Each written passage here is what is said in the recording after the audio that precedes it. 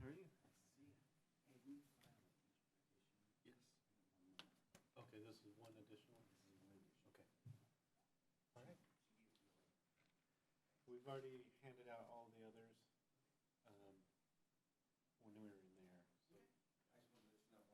Okay, great.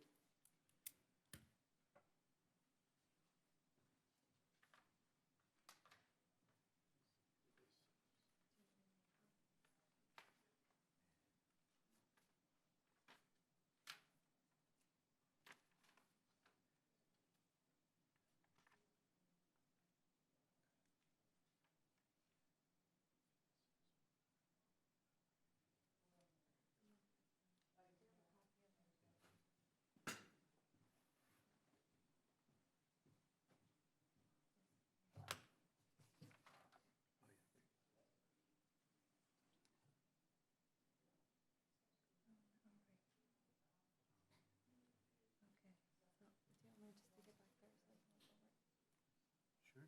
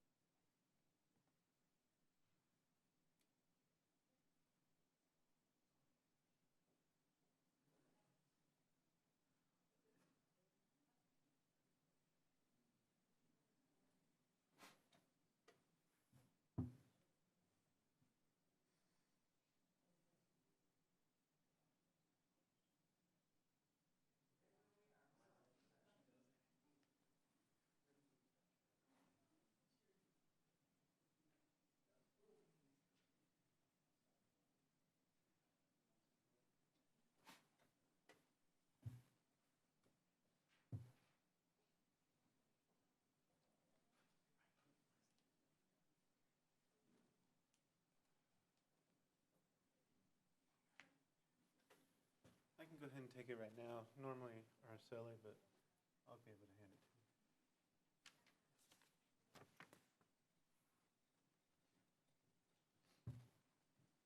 Do you know the percentage? I didn't know. So that's the 500.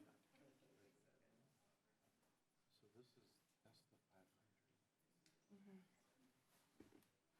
This one and that one. That's this one.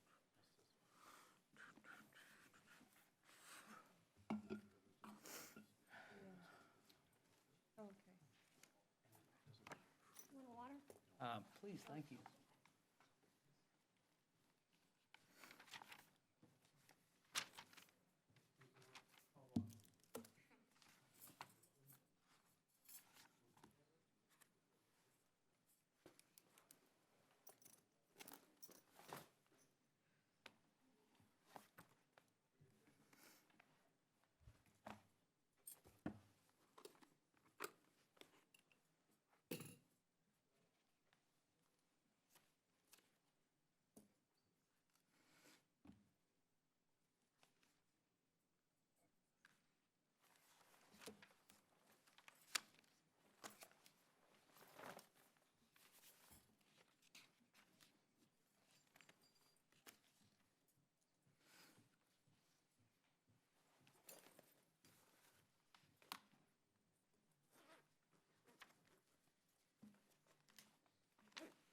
Sorry. That's okay, yeah, that's okay. I have to go and make sure I was in the right spot. though. No, you're fine. I'm fine, thank you.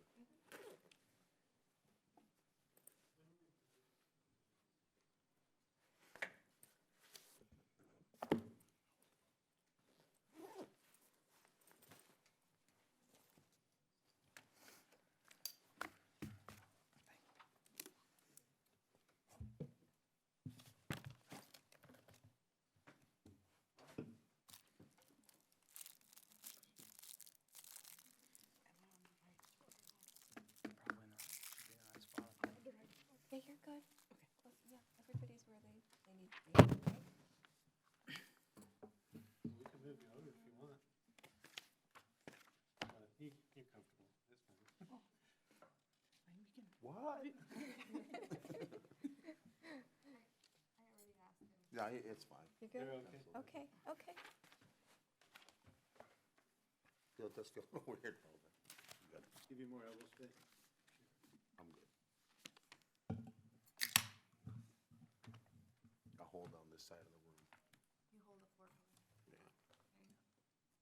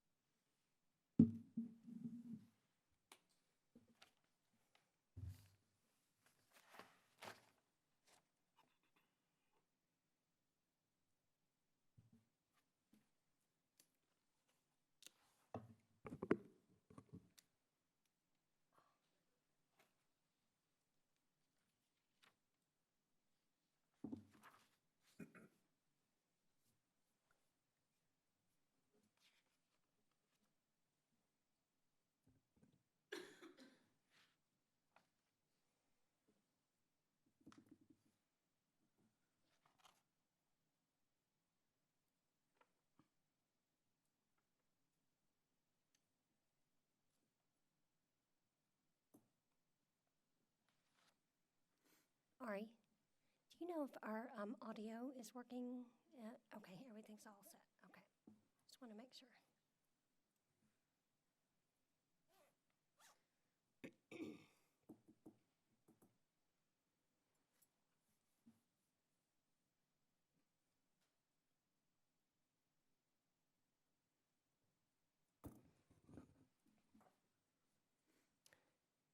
Right, good evening. We are calling to order the City of Colleyville Planning and Zoning Commission meeting of November 12th, 2019.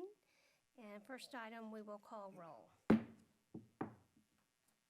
Commissioner Moore, Here.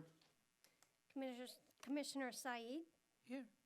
Commissioner Matheson here, Commissioner Cook, Here?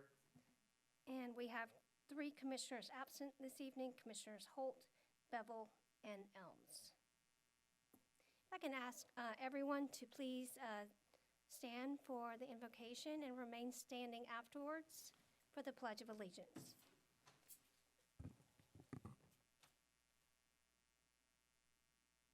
Dear Heavenly Father, we seek blessings on the task before us. Bless our efforts with clear insight, our deliberations with wisdom, our work with clarity and accuracy, and our decisions with impartiality. In His name. I Pledge allegiance to the flag of the United States of America and to the republic for which it stands, one nation, under God, indivisible, with liberty and justice for all. Thank you.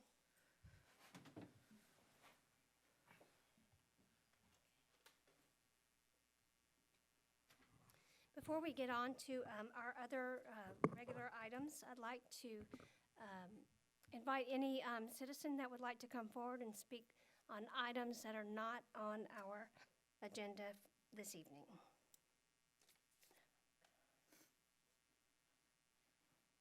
Seeing no one wishing to come forward, we will move on to a little housekeeping that we have to do. Approval of prior meetings minutes.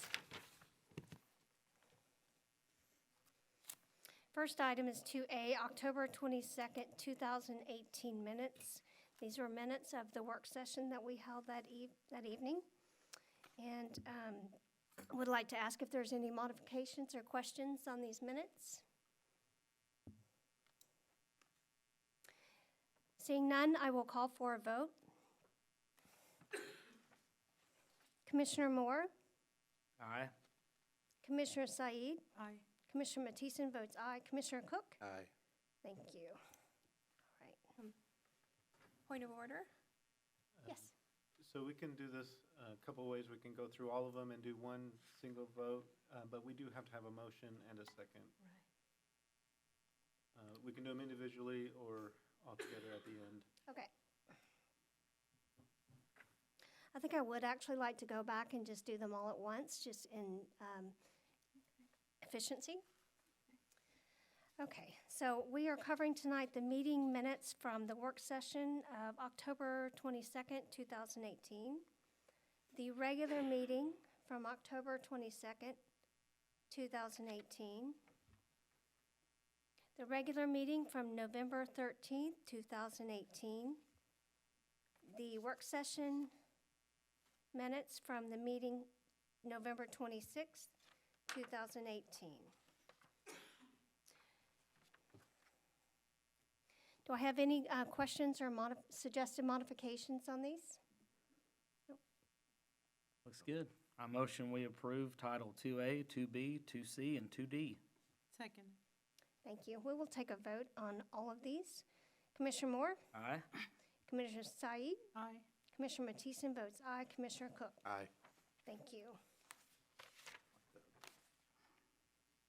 Thank you for bringing that to my attention. Yep.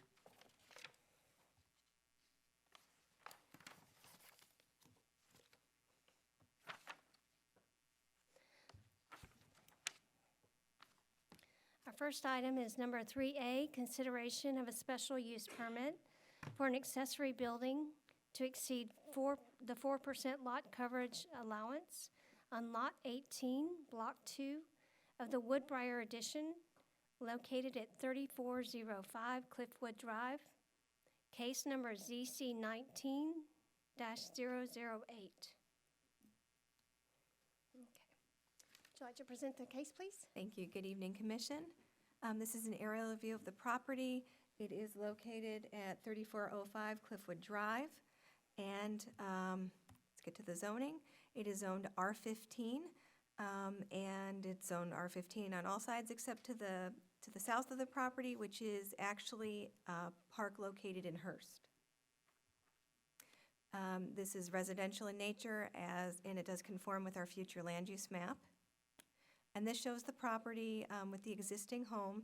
The location of the trampoline area is the location where the applicant is asking for a 1,500 square foot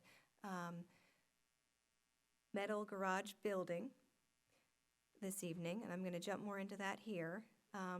They're asking to exceed the 4% for the allowable area for accessory buildings. There is an existing 196 square foot shed building, which I'll show you in a second.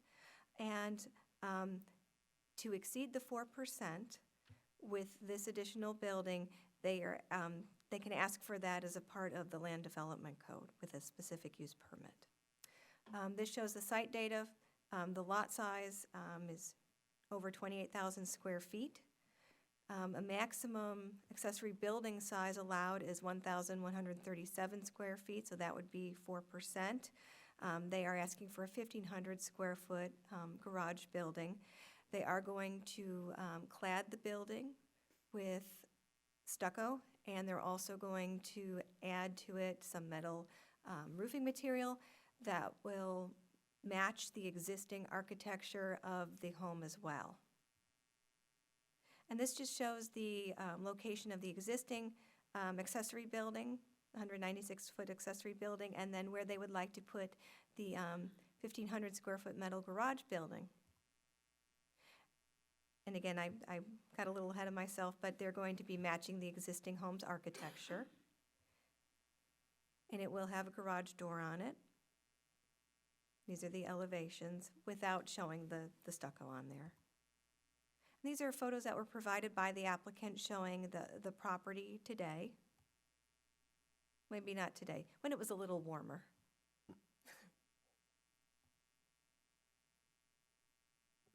And they have done some landscaping. They're trying to do some drought-tolerant landscaping for the property as well to beautify their yard, in addition to this accessory building that they would like to include because they have some hobbies that they would like to do out of that building. We did notify properties within 500 500 feet of this property, and to date, staff has not received any letters. Staff is recommending approval of the SUP. It does meet all of the building setback and lot coverage requirements, and architecturally, it does look compatible to the main structure, and it would appear to have no negative impacts on the surrounding properties. Thank you. Anyone have any questions for staff? They're not proposing any, any pathway back to this garage in terms of additional roadway or driveway? It has the roll-up garage door, but no driveway to that? That's, if they don't know that offhand, we can ask the Yeah. applicant if they're here. Okay. Anyone else have any questions for staff? And just so all of you know out there that this is the way we normally operate is we cover our items just in discussion only and just learning about different things in work sessions a couple weeks before the meeting we have this evening. Okay, if the applicant's here, I'd like to invite you to come forward.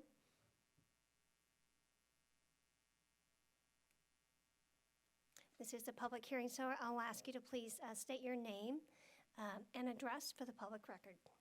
Trisha and Arlen Evans, 3405 Cliffwood Drive, Colleyville, Texas. Right, would you like to give everyone, just for the record, an indication of why you'd like to have this garage built and what the intended use for the garage or the building would be for? Want to answer or you want me to? We restore antique vehicles. We have an antique car collection. At the moment, we have them kind of scattered out at neighbors and friends and grandparents' houses, and we're trying to get them all into one roof. It's just 4 walls and a roof. There would be no chemicals, these aren't rust buckets. They're fully restored. They're not just the junker that you have nightmares of your neighbor parking out in his driveway. It's not that kind of thing. These are all restored vehicles, and just no chemicals, no loud equipment, no customers, nothing like that. It's just simply car storage.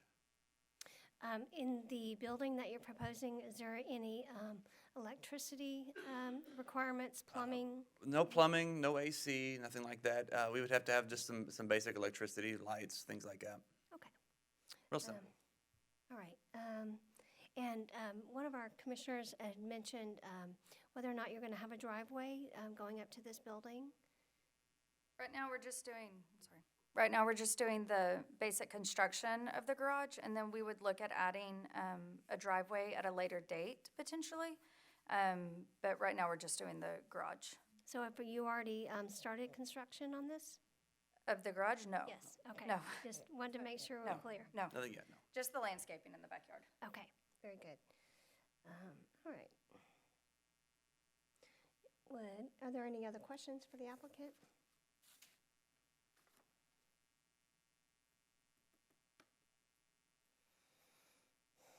I'm assuming I think I know the answer to this already, but just to confirm, the garage door you're proposing is facing the the side of your lot? It's a 30-foot part or the 50-foot part where you're gonna put the garage door? Be the, The 30, 30, I think, yeah. the Yeah, 30. facing, That would be the, facing the side? facing to the right in that photograph. Okay. Yeah, facing towards the other existing building. So facing east. yes. Yes. So if you were to build a driveway to that, how would that work? It would, It would come in, the existing driveway on the right-hand side of the circle, it's wide over there. So there is room to come in and then circle back. Because the way the lot is separated, the previous homeowner had the lot kind of divided in two areas. And I don't know, you can see it kind of in the landscaping pictures, but the way that the lot was divided, because of the way that he drained it, there is no trees. And so to reduce the impact on the trees, we could run the driveway in between can't the see much. trees. I don't know It's that not- you can't could see see in the much. trees. be a if- capital letter L. It'd be So kind to of come down, so that we could shape the Yep. driveway in between the trees. And that was also why putting the shop in that position and, you know, in the garage in that back corner also reduced the impact on the trees. If we put it back there, all we had to cut down was some little trash trees that had come down from, like acorns that had fallen. Volunteers. Yeah, you know, Okay. just came up from the trees that never came down, so. So you're proposing, looking at this, and you have that there too, so the driveway, if you had a driveway, you would have the driveway go up, well, the existing driveway, you said is on the east side, yes. and then it would turn, It would go up to right about just past the existing building, right, kind of right there by the existing building. the shed? And then Yes. yes, and then hang a left. So Okay. just like a capital L. Okay. Okay, On its side. okay. I have a question. So this garage door looks like a single-car garage door? It would be a what, I A don't double remember. door. Double Well, there door. would be two garage doors. There would be a double door and then a single door. How many vehicles do you anticipate? It's that size. Retaining. That size is about a 6-car. 6 cars? Yes. It's 3 wide and 2 deep. It's about the size that this is. Okay. All right.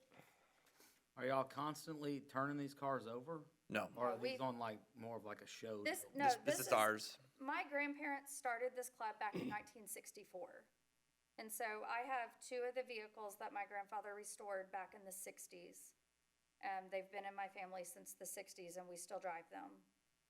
That's where we met. These are cars that we've had and will have for a long time. We mainly restore 1928 to 1931 Fords. And so they're just, we keep them. Right. Our motto in our family is we breed model layers. So that's where we met, was in the Model A Club. And so his family's, his parents are in the club. My grandmother's still alive. We have 4 generations in our car club in the same time. It's just something that our family does. And so it's just something that we do. So when we say we restore cars, our daughter's 12, so we're looking to buy her first Model A. So it's something that we will buy her and restore as a family, so that when she turns 16, she will have her first Model A to be able to drive with us. So that's the type of restoration that we do. It's not to restore and sell. It's to restore so that we can make family memories. That's a really cool story. And that's the reason I was asking, is it No, it's, impact wrenches from dawn to dusk out there? Or? Yeah. no, it's impacts for like how long a 12-year-old would be able to Right, do it. got it, yeah, It's that type of restoration. very cool. Thank you for that. You're welcome. Anyone else have any questions for the applicant? I do have a question because what elevation I'm looking here, it looks like a single-car garage, single-car garage door. And if you are building a 6-car garage, why don't you put it on the 50-foot wide side?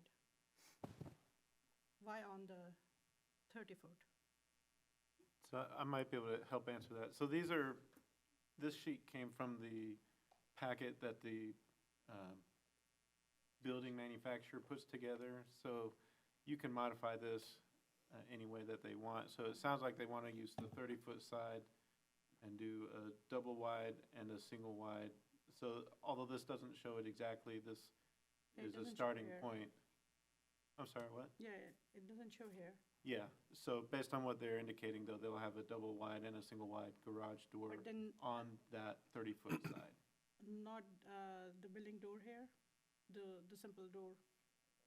No, there would not be a single, like the man door that you walk through, it would not be on that 30-foot side. It would just be the garage doors.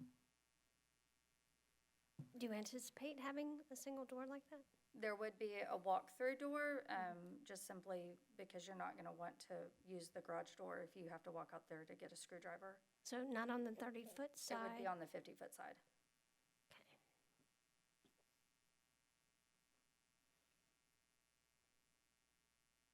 I have a question for y'all, and I should have probably asked this before, but, so when a project is proposed to us, for example, they're proposing the stucco to do features that'll make it look similar to the residence, is there any, and so that's kind of what we're being told and looked at, but say they change their mind and decide just to put up a metal building after it gets approved, can they do that, or is there, it's what they're proposing is what has to be done? So we can make so there's an ordinance that is associated with this request, and so if that makes you feel most comfortable, you can add that as conditions, that it must have the stucco and it must have the metal roofing to match the tile look, to match the house. You can be specific and make those as conditions as part of your approval, and that they will get written into the ordinance. So then in the future, they can't just make that change without coming back and asking for that change from both you and the city council. So as a general rule, if that's something that is important to the approval process, then we should Yes. add that, okay? Yeah, Right. definitely. Okay, thank you. Thank you.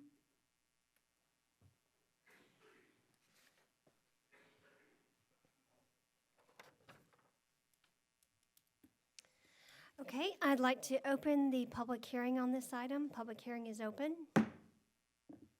Anyone that wishes to come forward to speak on this item, please do so.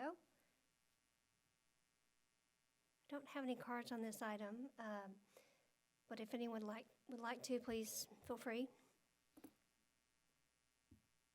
Seeing no one come forward, I'm going to close the public hearing. Public hearing is closed.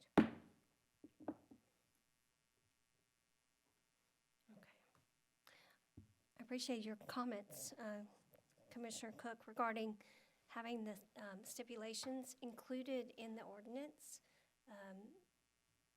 I agree too that the idea of just having a metal garage or a large metal shed is not very appealing, and certainly if there's no fence backing up to the parks there, it would certainly enhance the visual nature of this structure for individuals that are in the park, so.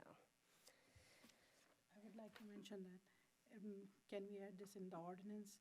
They can build the garage doors on the 50-foot side, not on the 30-foot side.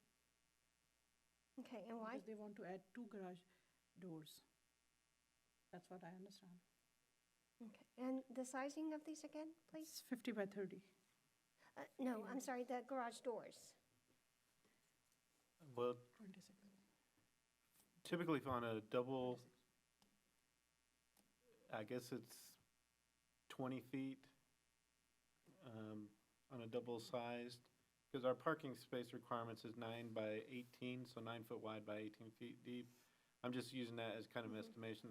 I don't know if 20 foot is the right number. It might be slightly less than that on a typical two-car garage door. And then you have a single-car garage door next to that. So how would they even fit two 20 feet? Well, Garage they doors, indicated a 20 double and a single. Double and a single, so See, could and be 23 feet garage door or 26 feet garage doors. That's what I understand. Well, 26 would be more like a three-car. No, two-car garage door is 23 feet wide. Well, 20 or 22. I would possibly, I don't know what the exact measurement is. I think they I think vary that's slightly. important to know, actually. Yeah, so what they've indicated, though, is that they would prefer to have the doors on that 30-foot side. And based on the alignment with the driveway, that makes the most sense as well. And from the neighbor's perspective, that garage door would then be opened up, you know, Away from the neighbor. away from the neighbor's home. So, That's true. Just from a privacy perspective, you know. Yeah, I would think. That makes sense. Yeah, I would And think. we can have them come up here, I'm sure, and clarify the garage door location and size. Because to me, if, the fact that they're on the 30-foot side facing the Yeah. side of the yard is better. Absolutely. Because if they were on the 50-foot side facing the front, then it potentially, you know, someone's looking at the garage doors. Yeah. In my neighborhood, for example, where I live, there's not allowed to have any garages facing the front of the house. Right. Or facing the front of the property, so. So I get But it's both inside points. the I get backyard. her point, Mhm. and you can't fit You can fit on said the 30 garages feet on side. that side. But I also get the point of the neighbors not probably most likely wanting to look inside the garage. I think I'd like to have clarification on the exact number of feet from the applicant of the garage doors, unless you already have that information. Yeah, it's in their statement of planning objectives. I glanced over it. So it's one 16-foot door and one 8-foot door. Okay.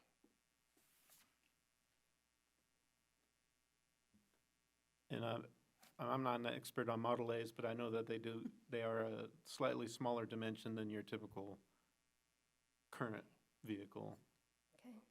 especially with the width, yeah.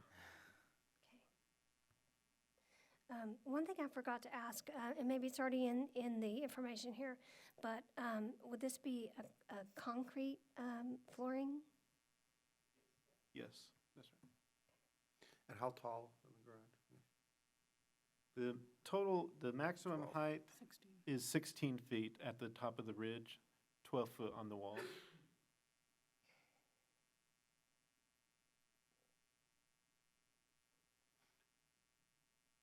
So really, the only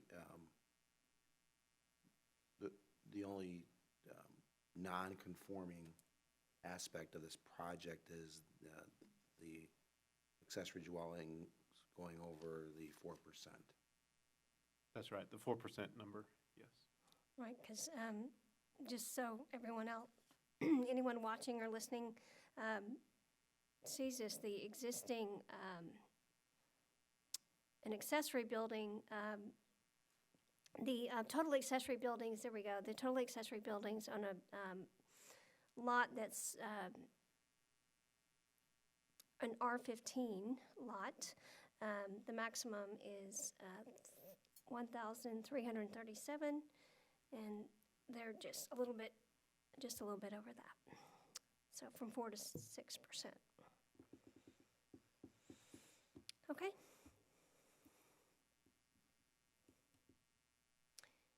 Anyone else have any further discussion on this item? Nope. Okay. I would like to request a motion on case number ZC 19008.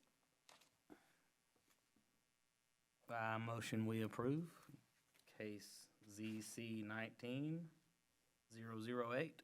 Do I have a second? I would want to add stipulations before I second it. Okay, why don't we do this? I'll pull that motion back and you go ahead. Okay. Go ahead. I'll make a motion to approve case ZC 19008 with the following stipulations, that the building is made with the materials outlined in the project so that looks very similar to the residence, and that the garage doors are on the east-facing side of the building, so they're not facing the front of the property. And those are stipulations that need to Be included in be the included. ordinance. Correct. Do I have a second? Seconded. Okay.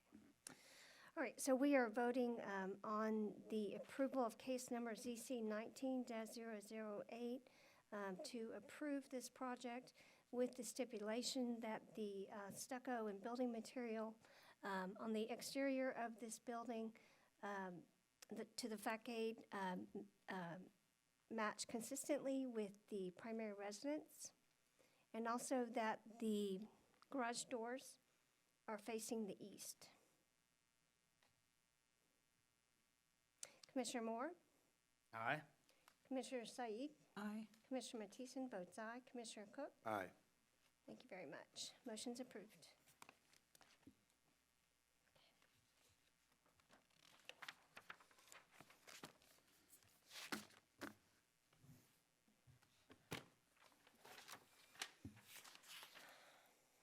Okay.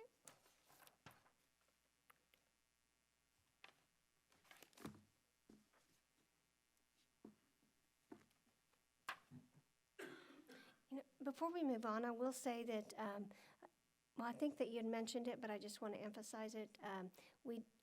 Staff did not have any letters of opposition regarding the first case that we covered this evening. Okay, just want to confirm. Moving on to our next item, consideration of a special use permit for an accessory dwelling on tracts 3K and 3Y, abstract 211, in the BBB and CRY survey, located at 509 West Lucky Road, case ZC 19-017. Okay, this is a request for an accessory dwelling. The property is 1.68 acres. It's zoned R40, single-family residential district. This is an aerial of the property. It's located on the south side of LD Lockett Road, and then with Reagan Road there as well. There's the R40 zoning. You can see the properties to the north are zoned R20, and then the properties surrounding this property are also zoned R40. The future land use map does show this to be residential in nature. And this shows the existing home on the property in the front, and then what's circled in the back is the request for you this evening. There is an existing barn building. The applicant is asking to convert that to an accessory dwelling, and they will be adding some space to that barn, making it a little bit bigger, and I'll get more into that here in 1 second.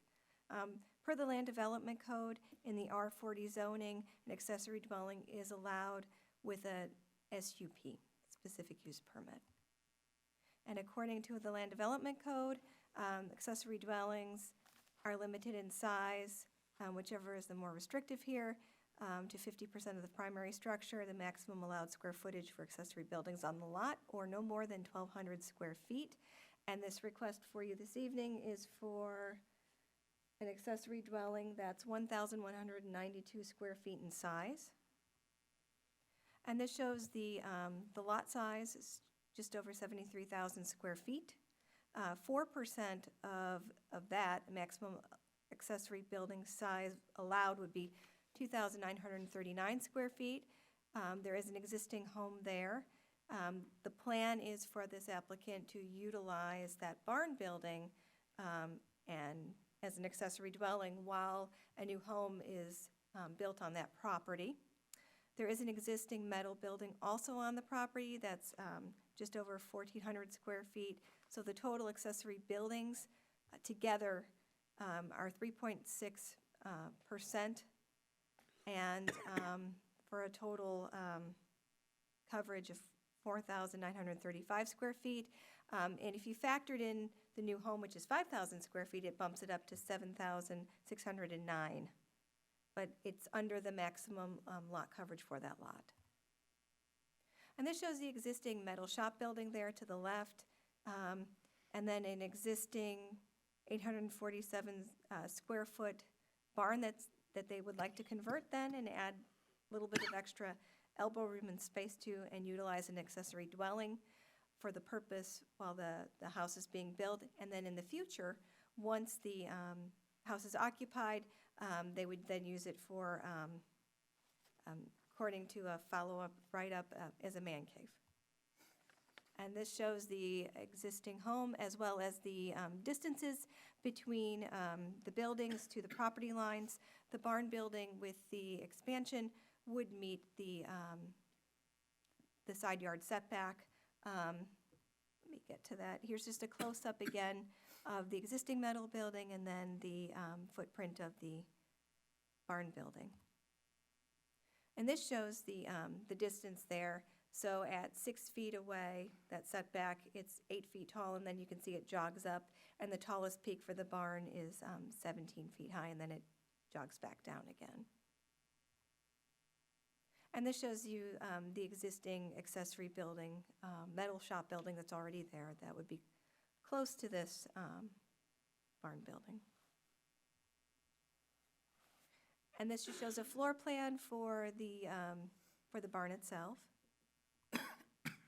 And the applicant included the future house plans. I'm sorry, can you go back to that? Sure. Please, thank you.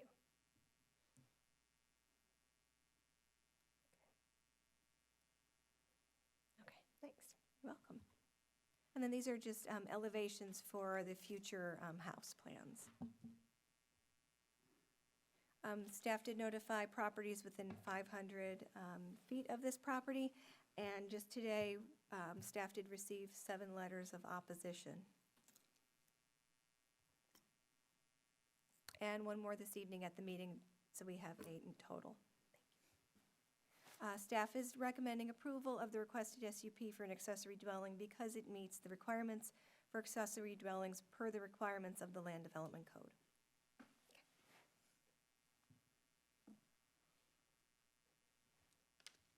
Does anyone have any questions for staff on this item?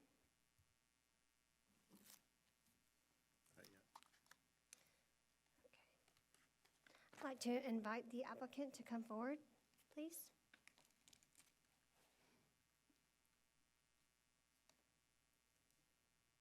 If I can remind you to please state your name and address for the record. Corey Watson, 509 West LD Lockett. Andrea Watson, 509 West LD Lockett. Okay, thank you. All right, so you want to renovate a barn, correct? And Yeah. tear down your existing home and rebuild. Okay. Yeah, we bought the property a couple of years ago. We lived in Colleyville. We built a custom home off McDonald School Road. Mhm. So we grew out of that with a third of an acre, and we tried to find more land. Looked 2 years, finally found it, and then we're ready to do that on this property now. Okay. And so in terms of the barn, what do you have in mind in terms of renovations to the barn? I know we saw some dimensions, but if you can give us an idea of what you anticipate. The idea is to keep the shape of the barn to look exactly the way it does now. So to go in and reinforce all the studs and make it structurally sound, and then add, there's a carport on the side, so it's like 345 square feet. To add that to put a shower and like a bathroom. Okay. That's the intent. Do you Clean it anticipate? up a little. Yeah. Do you anticipate having a full kitchen, or will that be limited There's to? no kitchen. Yeah. Well, yeah, like a microwave, small fridge, just like a temporary. A coffee maker, there's no range or stove. It's just the intent of this deal is not to really live in it long term. It's a temporary situation with a microwave and a card table and a big screen. Okay, That's kind of the idea, okay, gotcha. to be honest with you.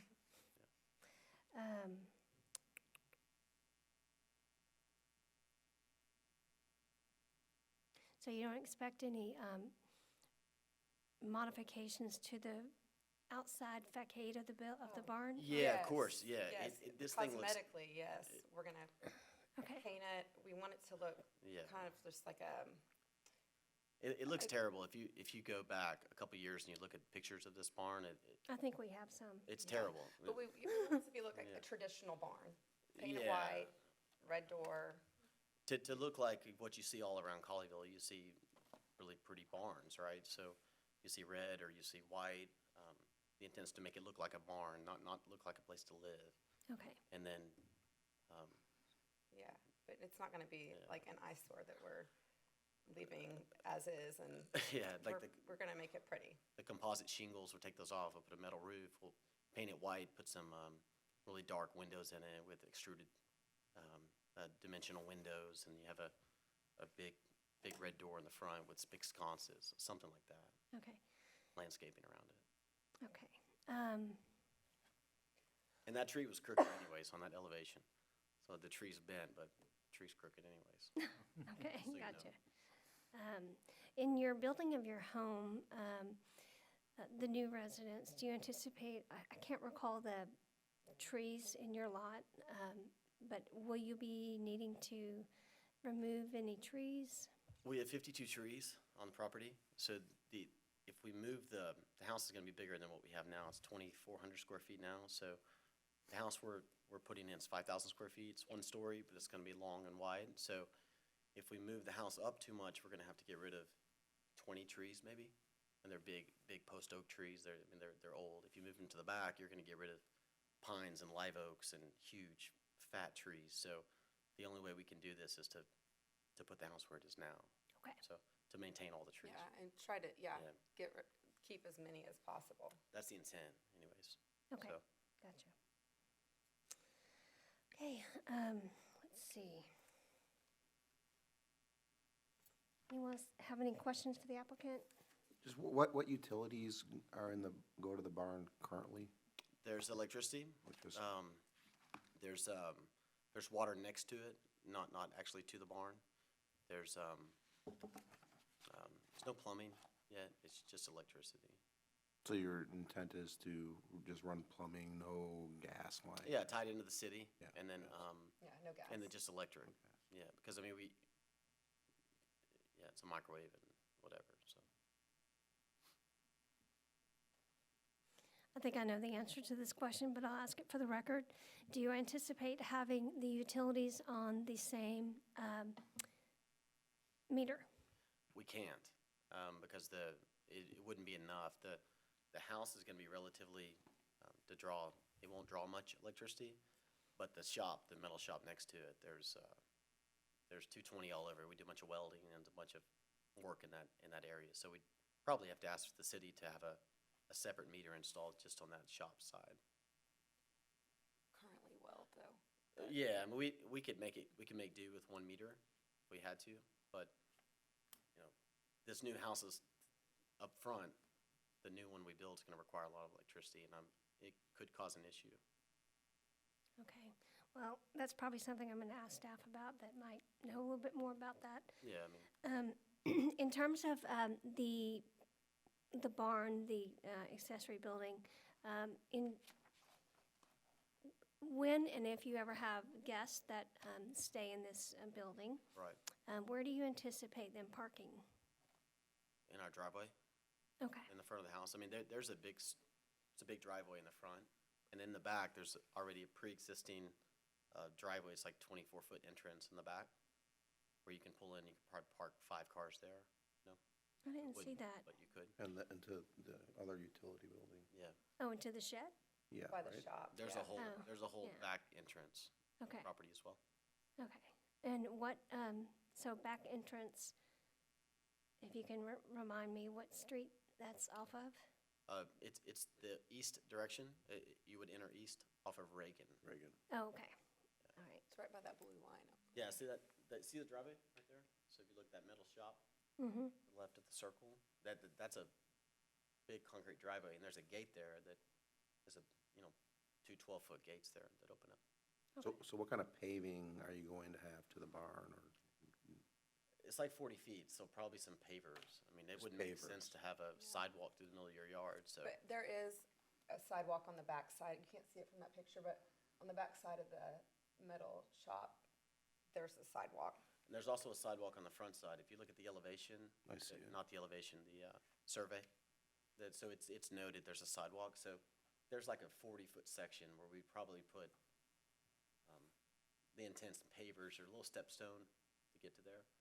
But there wouldn't be a need for a sidewalk. I think it would look silly. And certainly not a driveway or anything like that. No.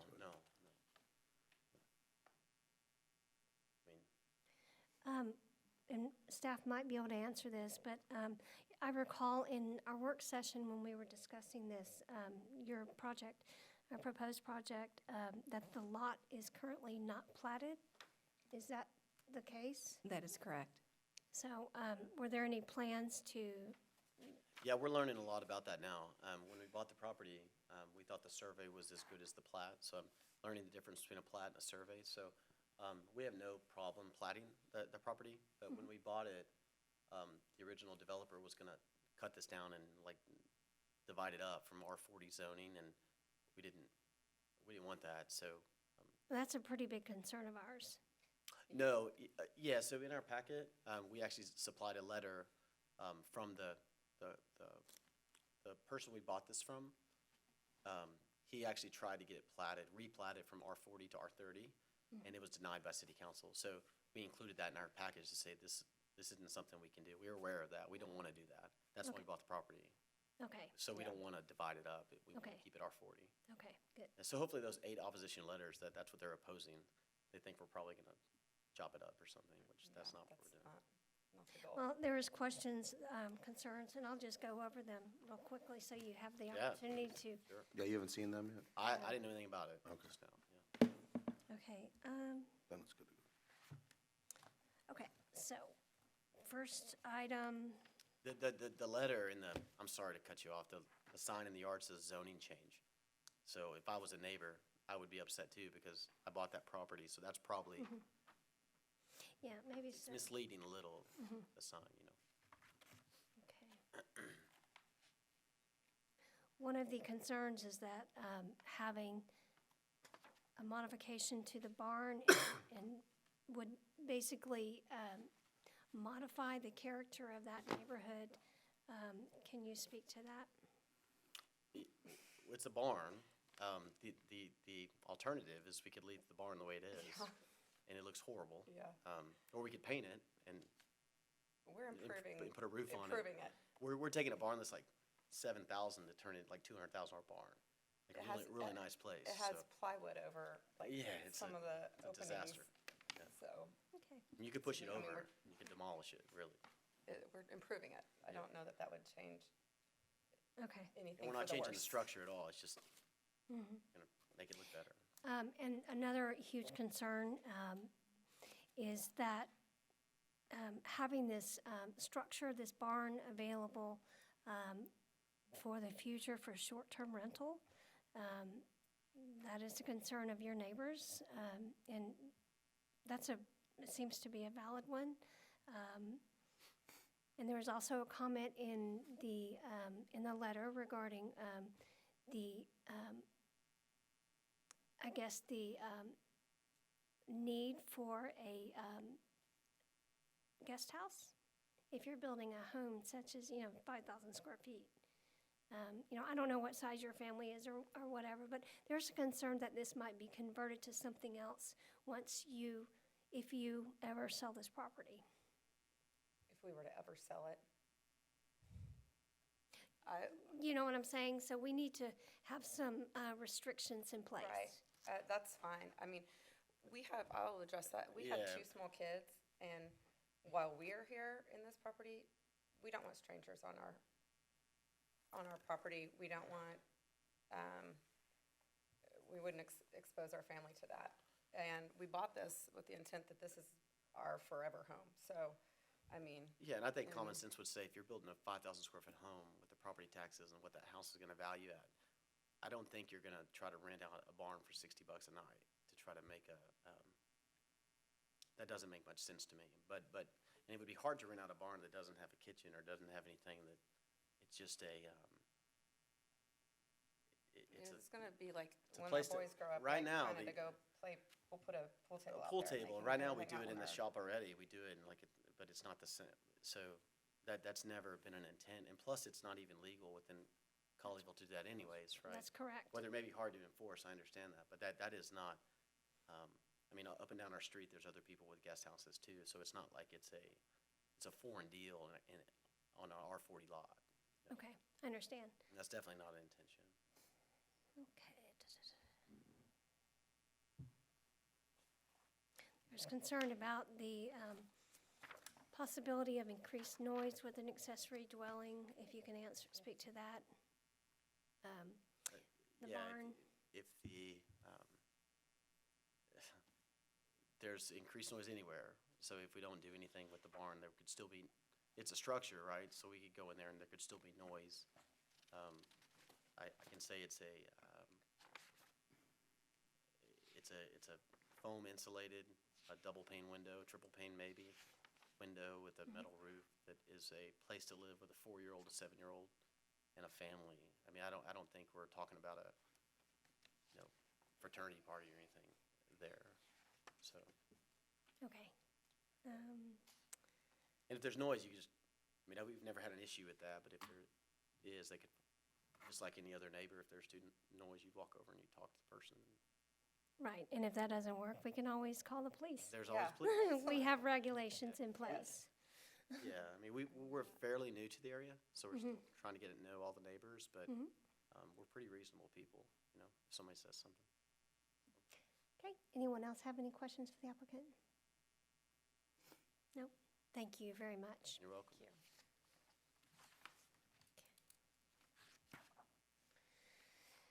Okay,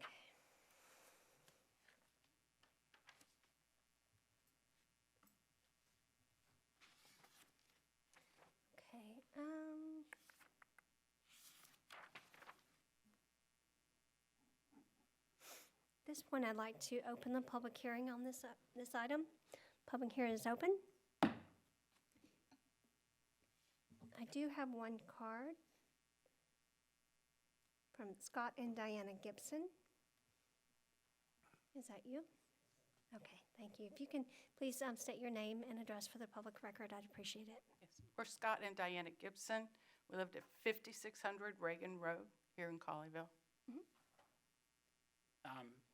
I guess my core concern, and you touched on it earlier, is what the long-term use of this structure is going to be.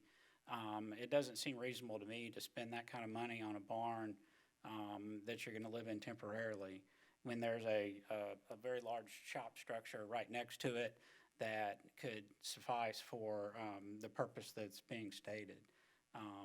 And, there was talk about, triple pane windows, foam insulation. That's a lot of cost to put into something that's going to be temporary. So my core concern, again, is the long-term use of the structure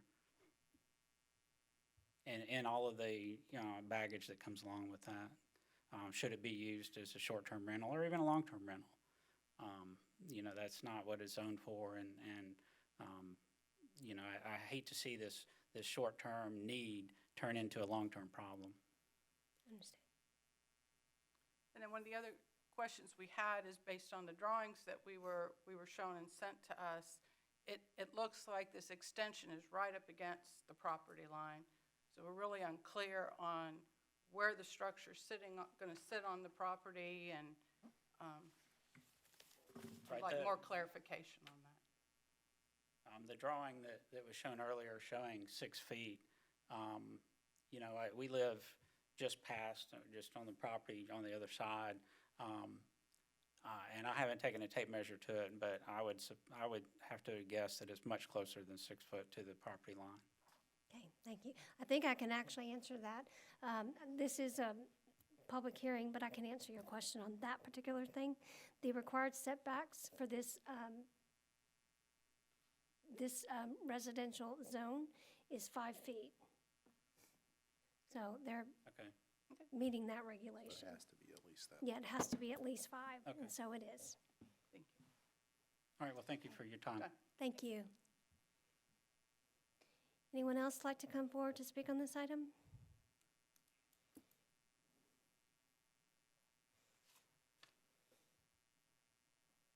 And while you're making your way forward, I'll just say, this is a public hearing, so I'm not going to answer, or we can't answer questions. I'm going to invite the applicant afterwards to come up and address any questions or concerns that you all bring forth. Hi, my name's Tim Delgado. I live at 501 West LD Lockett Road, so directly across the street from the Watsons. My garage opens up when I leave my house directly facing theirs. So I've known them for like the last year and a half. Very nice family. Our kids play together. I don't have any reason why we wouldn't want to put this barn here. As they said, the other barn's kind of an eyesore. For my property, I can see it. I think they have a good plan to move forward and clean up some of that area. Over the last year and a half, they've made steady strides to clean up that property as they're transitioning to the house.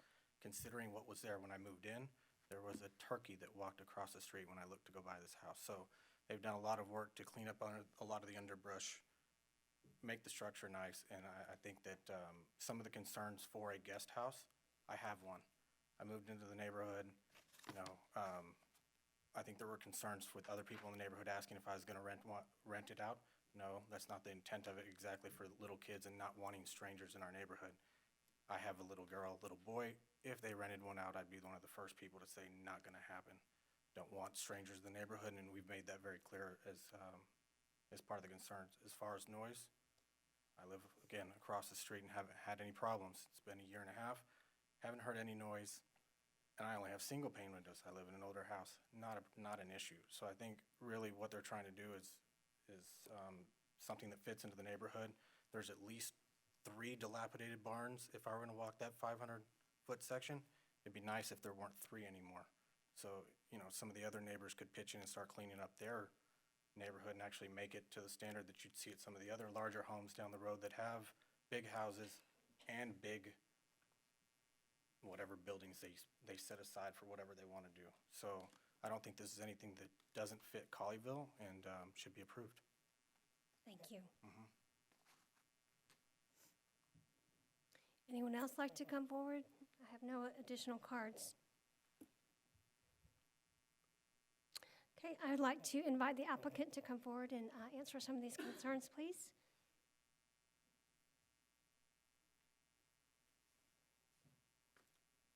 I just want to address the, why would somebody spend that kind of money on a barn, right? Well, math would say if you move your family out, you're going to pay $3,000 a month or whatever the going rate is right now for rent. So call it $4,000 a month. That's a lot, right? So if you do that, that's $50 grand a year that you're going to spend in rent to move out, to turn around and move back in. So if you could spend a little bit more on your own barn, right, then you don't have to do that and you improve your property. So that's why we're going to spend that kind of money. I'd spend more than that, right? Because the intent is to bring our neighbor's $10 million home next to us, right? So you can't say that you're going to halfway do something on this property. It's got to be done the right way. So we'll spend more than that to make it right. We spent a fortune already, on the property. So Right. It's the intent. Did I answer the other one? Also the setback, do we need to address that? Oh, the setback, the current structure that's there, it was a carport. It was 2 feet off the fence. So, we're getting ready now. We're going to 6 feet. So we're actually improving the setback than what it is currently. Okay. No. Thank you. And there are barns all over the place that I really wish they would go and they would do the same thing we're doing. It would make it look awesome. Reagan, so. Yeah. Thank you.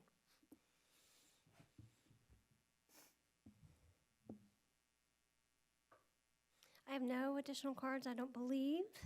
So if no one else wishes to come forward to speak on this item, I'm going to close public hearing. Public hearing is closed. All right, my fellow commissioners. So I have a couple just comments and for staff as well. I always think it's important to take into consideration and address concerns from other Colleyville citizens, especially those in the neighborhood. And obviously, they just came in today. The applicants didn't have a chance to really, to look at the concerns, to address them probably in a way that, they might have otherwise if they came in a little earlier. So I do think maybe I'm gonna put you guys on the spot a little bit, just to kind of review a couple of these concerns in terms of what our current regulations and are today, because some of these concerns may not be there if everybody, I'm not claiming that anybody's ignorant to these, but if everybody knew what our current rules and regulations were in terms of being able to rent out accessory dwellings, noise ordinance. So maybe if you could kind of, just for the record, kind of talk through what our current regulations are in terms of the ability to rent accessory dwellings, and then noise ordinance that we already have in place. Yeah. So the current regulation today is that you cannot rent an accessory building. And that just is across the board. If you have an accessory building, it's not authorized to be rented. This special use permit process is the only way that you can use an accessory building in any dwelling type of action. And so in this case, they are going through the proper procedure to ask for that. In the future, obviously, if there is a complaint that we receive, we will do our investigation. It is an enforcement process. We do have a code enforcement officer. We will have to build our case in order to justify that it's in violation. But when we do get these, from time to time, we do usually, I would say probably in all cases, we do get voluntary compliance. They just didn't know what the rule was, and they understand that you cannot rent an accessory building. More generally, with short-term rentals, that's kind of a popular thing to do now. Currently, if there was a short-term rental situation, somebody would have to rent the entire property, and with that, it would have to also conform with our definition for single family, which is everyone has to be related. Generally, there is an allowance for, I think, up to 3, maybe 4 people who are not related in addition to the family. And so that's the way that we can regulate it today. What is truly single family, is everyone related? And then on top of that, you cannot rent an accessory building, period. And this, the other concern I thought just was worth clarifying a little bit is the potential for increased noise. We already have noise ordinances in place. Yeah, so it's just our noise ordinance that will come into effect. I believe that you're allowed more decibel readings during the hours. I think it's 7 a.m. to 10 p.m., if I remember right. And then at 10 p.m., you have to significantly reduce whatever that decibel reading is. Our police are equipped. Well, I think they do more of a, they visit the site, and if they deem on their own that it's in violation, that it's too excessive, then they will deal with the situation right then and there. If we do have to come out with a noise meter, which the city does have noise meters, we would have to observe the violation and record it on that decibel reader and verify that it's in violation. So there's different ways that it can happen, but typically with a complaint, a police officer will show up, and if they determine right then and there that it's excessive, then they'll fix the situation. Okay, and I have regarding the number of individuals or separate property owners that submitted letters or concerns of opposition, I think we need to at least address that in comparison to the neighborhood as a whole. Okay. So I think you're referring to and the whether it would impact. trigger a supermajority. Yes. Okay. So we did receive these letters this afternoon. There was 7 originally, and then right before the meeting, we received an 8th one. The way we process these is that if we do receive letters in opposition that equals 20% or more of the land area within a 200-foot boundary of the property, then it triggers what is called a supermajority vote at the city council.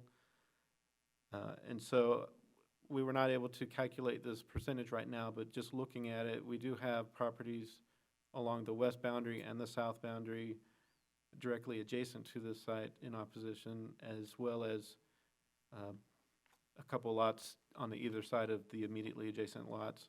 And then we do have a little bit on the east side of Reagan Road, but a little bit to the south, not directly across to the east. And so if I were to estimate, I think it does exceed the 20%, maybe more in the 30%. So that on its own will require a supermajority vote at the city council, which does require 75% of the makeup of the council. They have 7 members, so in order to get that 75%, it would require 6 affirmative votes for this to pass at the city council. Okay. And now this can fluctuate during the process. As we receive more, it might increase that percentage. However, the individuals who have filed for opposition, if they decide to rescind, they have that opportunity as well. This does require 2 readings at city council. We would just recalculate as we need to up until that final vote at their second meeting. Okay, very good. And one of the things that I appreciate in planning and zoning, we have an opportunity to address these concerns that are written, and the applicant has the opportunity to, if they choose to, address the concerns as well. So maybe these might be mitigated, or maybe not. Okay. Yeah, I know we've talked about a lot of the concerns already. We can forward these on to the applicant as well. Okay, thank you. Okay, let's see where we are. And all of the, because I didn't know if another one came in, so because it looks to me that at least the 7 written letters of opposition are the same. And the only reason I bring that up is because I want to understand what the opposition was. And so that's what we're looking at in these 4 points. There's no other reason that came in that I'm not aware of, or we're not aware of. That's right. No, I think this is, if I were to guess, this is just a complete guess. I think they might have come up with these issues together and then put one letter together. Yeah, and I guess the reason why I'm bringing it up is because, you know, I think it's important to address the concerns or consider them. And of the 4, you know, the first one, the accessory building, could potentially change the character of our neighborhood, in my opinion, based on the plans that they're putting together. I don't believe it does that. It's a barn. They're going to keep it a barn. They're going to improve the facade so it looks nicer. The second concern, you know, the concern of potentially being able to rent it out. We spoke already to the ordinances in place that does not allow that, would not allow that. Noise, I think that's, you know, again, addressed through the city ordinances already. And then the 4th, where would they park? And there's already a driveway to the accessory building next to it there. And there's no plans to add a driveway to the barn. So, you know, that to my mind, that addresses the concerns that are outlined, you know, in these letters of opposition. There was one more concern, and that was the concern that the proposed accessory built dwelling is too close to their property line. And that is something that we did address. Thank you. The applicant mentioned that the current setback is 2 feet. The required setback is 5 feet. They are proposing 6 feet. So I think that's been mitigated. Thanks for that. Okay. Any other questions, concerns? I want to thank the applicant for coming out tonight and addressing all this. LD Lockett is a very important road in Colleyville. There's lots of character strung up and down it, and I certainly, you know, am in favor of preserving what we have in Colleyville and the character of it, and their plans for this barn look really cool. A lot of people would just knock it over and go on about their business and build another square house. I think that's a really cool idea. The house they proposed looked like it adds a lot of character to it, so the questions I had have certainly been answered tonight, and I'd be ready to vote when y'all are. Okay, the only thing I would like for maybe staff to work with the applicant before, and if this goes to city council, is the issue regarding the meters. I would hope that that would be addressed, so the applicant has an understanding of the requirements, as well as the rules and regulations surrounding that, and their capabilities. Okay. We will do that. Thank you. Okay, I think that this has been covered well enough. I too think that this barn is a great idea, and I think it's going to be very charming. And while I know it actually is going to enhance the rural feel of that area, in my opinion. But with that being said, I'd like to request a motion. I motion we approve item ZC 19-017. I'll second. Okay, thank you. So we have a first and a second, and a motion to approve case number ZC 19-017. Commissioner Moore? Aye. Commissioner Said? Aye. Commissioner Matheson votes aye. Commissioner Cook? Aye. Thank you very much. But Right. even with our approval, it's still likely, based on what you said, going to require a supermajority from city council. That because is correct. If there's no modification in the percentage allocation of in favor versus opposition. All right. Okay.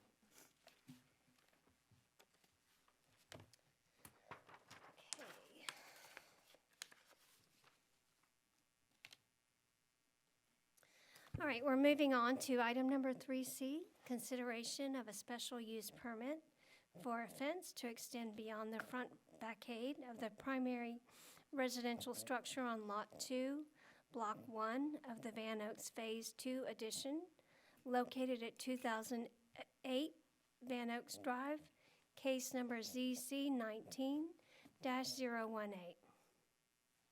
you like to present this? Thank you. This is a request for a 4-foot rough rail cedar fencing with galvanized wire mesh to be located beyond the front facade of the primary residential structure for the property located at 208 Van Oaks Drive. It's 0.58 acres in size and zoned R20 single-family residential district. This is an aerial map of the property. And this is showing the zoning of the property as well. And the future land use map has it as residential, which it is. This shows the existing house and structures on the piece of property there. The Land Development Code does say that no fence or freestanding wall greater than 30 inches in height and no greater than 25% opaque construction shall be located beyond the front facade of the primary residential structure, and that any request for a building permit for a fence or wall which does not meet the criteria in this section shall only be authorized after approval of a special use permit by the City Council. And the applicant has a couple options for the Planning and Zoning Commission to consider. So option 1 there in green, and then option 2 there in orange. Both do place the fence beyond the front facade of the primary structure. These photos were provided by the applicant, and they show the existing conditions in front of and along the property there off of Van Oaks Drive. This does show the type of fence that they would like to use, and an existing gate as well they have there. And you can see close up the exact type of fencing that they'd like you to consider.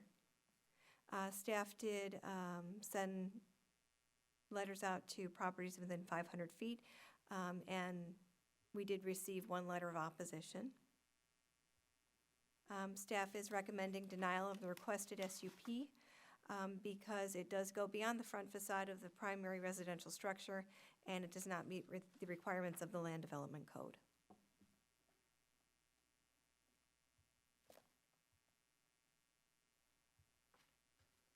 Sorry, do you mind repeating that last sentence, please? Not at all. Or last couple? Sure. actually? I'll go back to the slide too. My fingers went too fast. Okay, so staff is recommending denial of the requested SUP for a 4-foot rough rail cedar fence with galvanized wire mesh to be located beyond the front facade of the primary residential structure, as it does not meet the requirements of the Land Development Code. Thank you. I'm sorry about that. I was reading something else, so, okay, all right. Does anyone have any questions for staff on this item?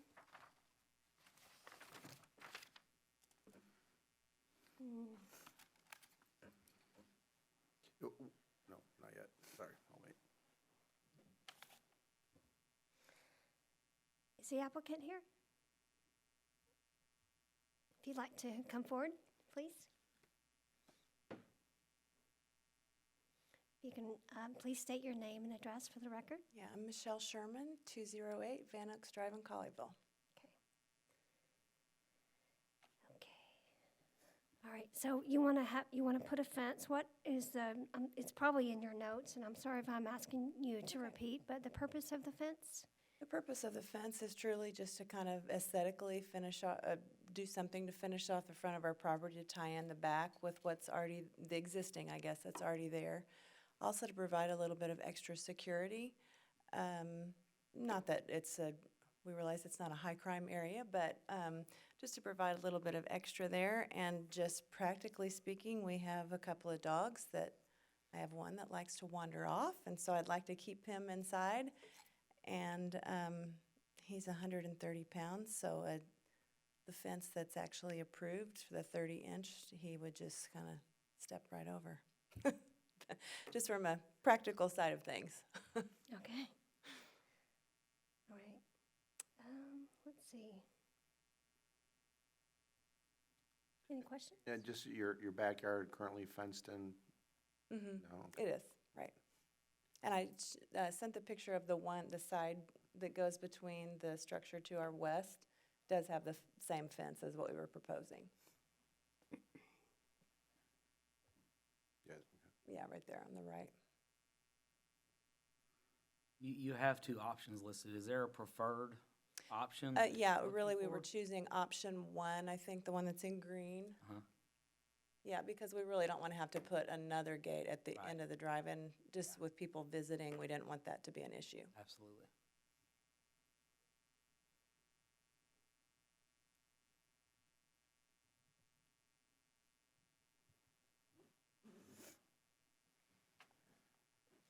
One of the, well, I'll address this in a few minutes. So, does anyone else have any questions for her? Nope. Okay, thank you. Can we stay here? Or? Oh, no, you can have a seat if you'd like. Okay. At this point, I'd like to open the public hearing. Public hearing is open. I have no cards on this item. I'd like to invite anyone that's here that would like to come forward to speak on this item to do so now. Seeing no one come forward, I'm going to close the public hearing. Public hearing is closed. Okay, commissioners. Fences are a very difficult topic. Yep, they are. So, there's a lot of places in town this fence does not even remotely make sense. Thus, the code is the way it is. Right.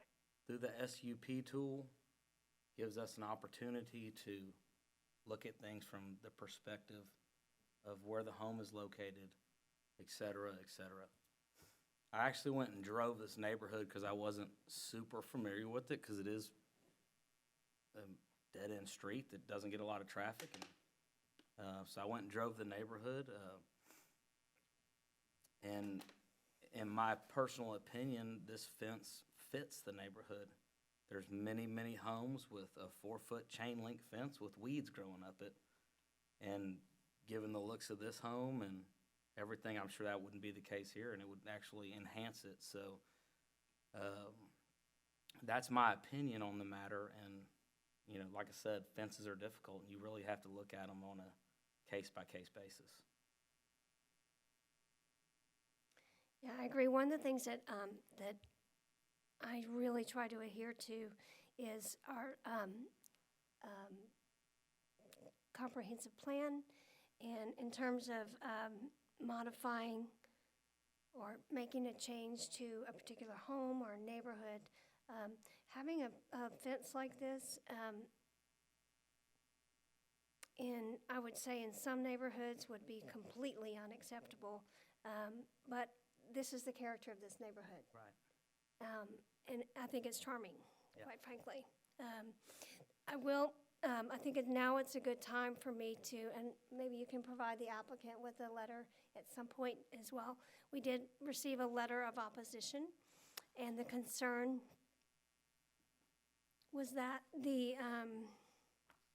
I'm not really sure how it addresses the fence, but the concern is regarding the number of visitors to the home, and the fact that there's shuttle buses and things like that. So, and a parking issue. Again, I really don't, quite frankly, maybe I'm missing something, but I don't see how this concern really relates to a fence. I think it would be if they went with option number 2, because it would shut off the whole driveway. Oh, okay, okay, I would agree with that. okay.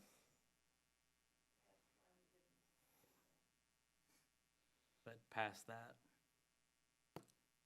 Right. Colleyville PD would handle parking, I would think. I mean, Or maybe the neighbors could work things out amongst themselves.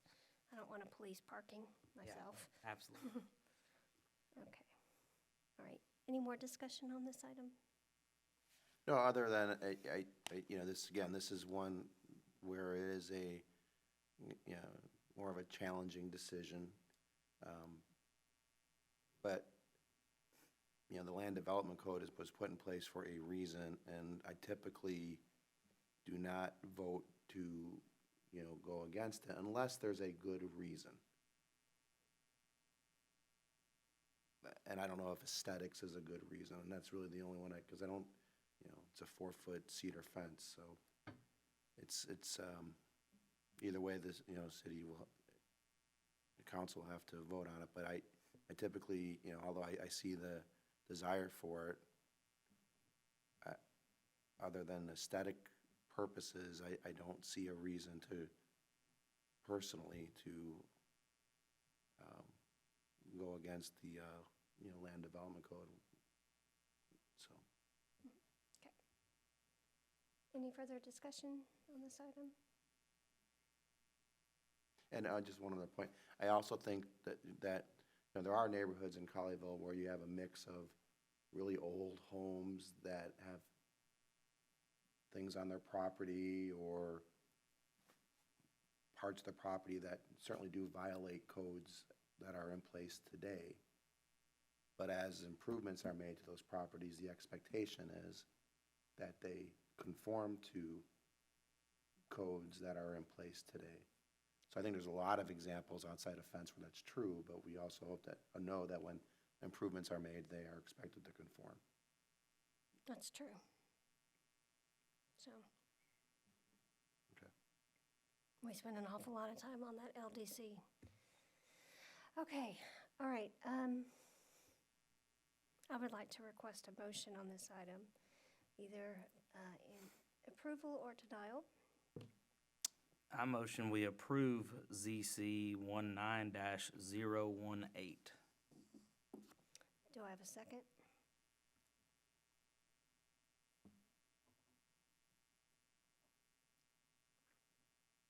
Okay, so what do I do? Do I need to request another motion? Or, I mean, that one, I don't have a second.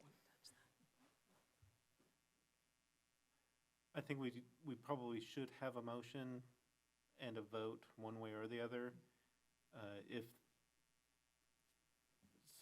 I guess there's different ways that it can be done. If the motion is to approve and it fails, let me back up. So this will require 4 affirmative votes for any motion for approval to pass.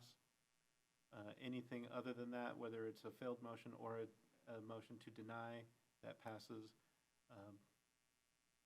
That can still be moved on to city council. The applicant would appeal it to go to council. In those scenarios, it would trigger a supermajority vote, which is that 75% or 6 affirmative votes from city council. Okay. And so it still has the ability to go to city council for a final decision. But if it's not an approval motion or recommendation for approval, then it will trigger the supermajority. Okay, so the original motion failed, yes? Yeah, so I guess the original motion did not receive a second, so we're still open to be able to take alternative motions. Alternative ones. So we're still talking here, it sounds like. Again, in my opinion, the neighborhood's full of 4-foot chain link fences, and they're trying to enhance their property along with getting some other benefits, and I get it. And thus I'm for it. Again, there's a lot of different pockets of Colleyville that have a whole different setup where I would probably be against it. I get why the land development code is written the way it is. I went and took the time to drive the neighborhood to completely understand that, so that's where I'm at on it. I'm going to step outside the norm, and I'm going to invite the applicant to come forward. I think you had something to say. Yeah, I wanted to address a couple of things. And our neighborhood is one where it's kind of a neighborhood of regentrification, where we've got old houses that do have chain link fences that are, truthfully, there's so much trash in their yards and things like that exists. So this is a property that we have tried to make better, and we have, and so that's also a huge part of that, is just working towards and completing that project. I realize aesthetics is not necessarily the end game in it, but it is just part of creating what I think this neighborhood is moving towards, because we have some houses that have been redone, some that have not. In terms of the parking concern that came up, just to be perfectly honest, my husband's the pastor at Compass Church in Colleyville, and we do have a lot of visitors to our home. And we have new member gatherings once a month where anyone that's a new member at the church gets to come to our house for dinner. But we have, we have parking people that come and help park the cars. We have permission from our neighbors to park, and there's a couple of places where they've said, please don't park in front of our house, and so therefore we don't. That's why we make sure that we have parking attendants that come, and so people park in the appropriate places, and mainly in our yard and our driveway, and then our neighbor across the street is okay with it. There's one time a year when we have a larger, like all the staff from the church, we invite them over for Christmas.